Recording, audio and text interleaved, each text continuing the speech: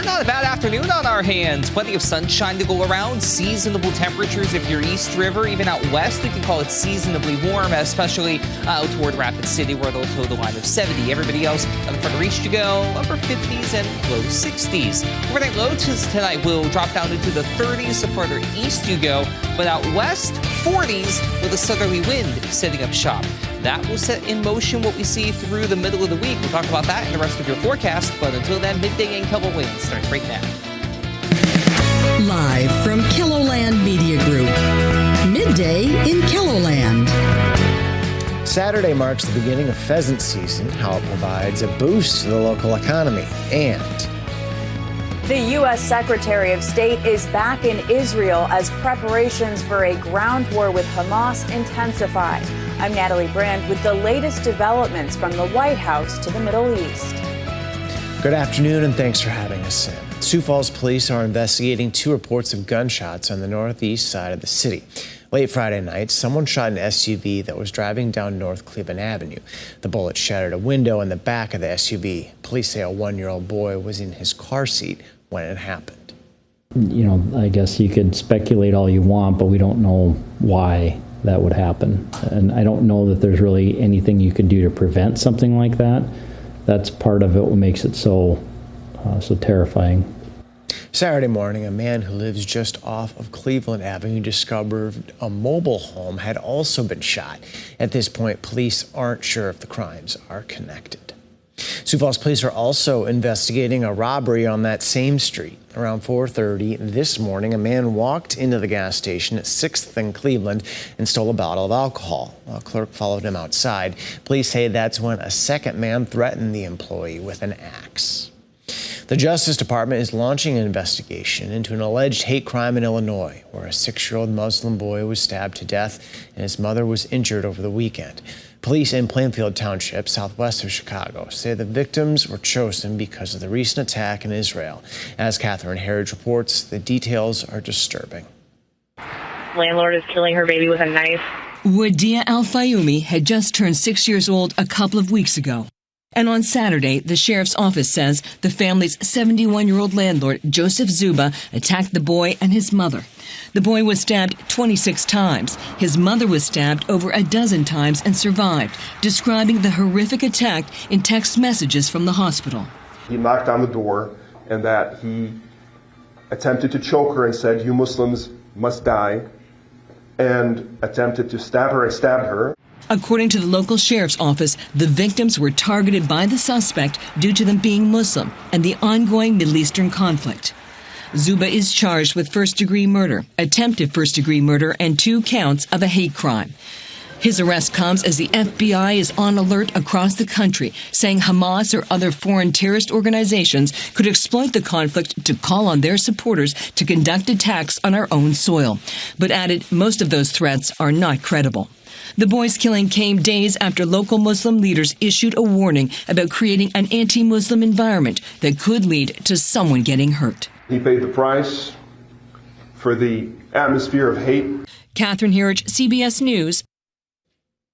Turning our attention now to weather. Adam, looks like a pretty seasonable start to our week, and we might get a little warm before too long, right? Yeah, nothing too out of the ordinary. We could certainly call it seasonably warm on multiple occasions, especially East River. To the west, it might be a bit of a different story, but we'll take that one step at a time and cross that bridge when we get there. Today, though, this is about as good as it gets. There's Lake Madison. Take that view at face value. Might be a great afternoon to go out on a boat. But then you remember it's 54 degrees outside with a west wind at 7 miles per hour. Well, also it's Monday afternoon, and it's also a work day and not the middle of summer. Meanwhile, across the rest of KELOLAND, we're doing pretty well. 50s for a majority of the area, including 53 for Brookings, Chamberlain, Mitchell, Pierre, and Phillip, 55 Aberdeen and Mulbridge, 58 now here in Sioux Falls, 60 for Buffalo, 66 in Spearfish, and 64 as we head on over to Rapid City. What a beautiful view 62. Out in Pennington County is 64 with a nice light southerly breeze at 5 miles per hour. Keep in mind the direction of the wind. That is going to be a factor in our temperature as we head through the next couple of days, especially.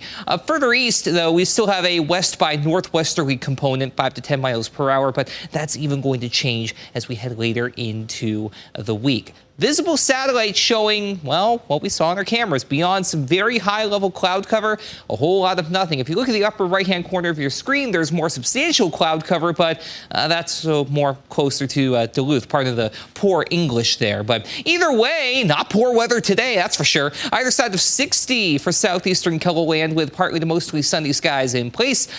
Further to the northeast, more of the same. Again, either side of 60, a light breeze that will eventually turn to the southwest. But out west, we'll get into the mid to even upper 60s as we go through the afternoon with that southerly breeze firmly in place. Even a few low 70s not out of the question towards Spearfish and Buffalo. We'll see 70s on a few more occasions through the extended forecast, but mainly if you are West River. That's not to say East River locations are missing out completely on milder temperatures. We'll go through those details coming up in a little bit. All right, thank you, Adam. Pheasants will fly and fall Saturday with the official start of the traditional pheasant hunting season in South Dakota. In 2022, nearly 130,000 hunters harvested upwards of 1.2 million pheasants and spent more than $250 million at businesses across the state. Friendly's Fuel Stop in Humboldt sees its share of blaze orange during pheasant season, especially on opening day. At 6 o'clock in the morning when we open up, there's people that are already lined up outside the door or trucks waiting out there full of pheasant hunters. And not just from locally, I mean, they're coming from everywhere. How pheasant hunting provides a shot in the arm to local economies, big and small, and why it remains a tradition among families after more than a century. And tonight's Eye on KELOLAND at 10. The city of Sioux Falls has been working for the last year to enhance Falls Park West. Today, the city and donors hosted a groundbreaking for their newest project, Jacobson Plaza. KELOLAND's Renee Ortiz takes us now to downtown Sioux Falls to learn more. Good afternoon, Renee. Good afternoon, Dan. Well, I'm here in downtown Sioux Falls at Falls Park West. The groundbreaking for Jacobson Plaza just ended a few minutes ago, and there are literally hundreds of attendees, donors, as well as just people from the community here to watch the groundbreaking event. The $16.5 million plaza is going to include an outdoor skating ribbon, a dog park, as well as other amenities.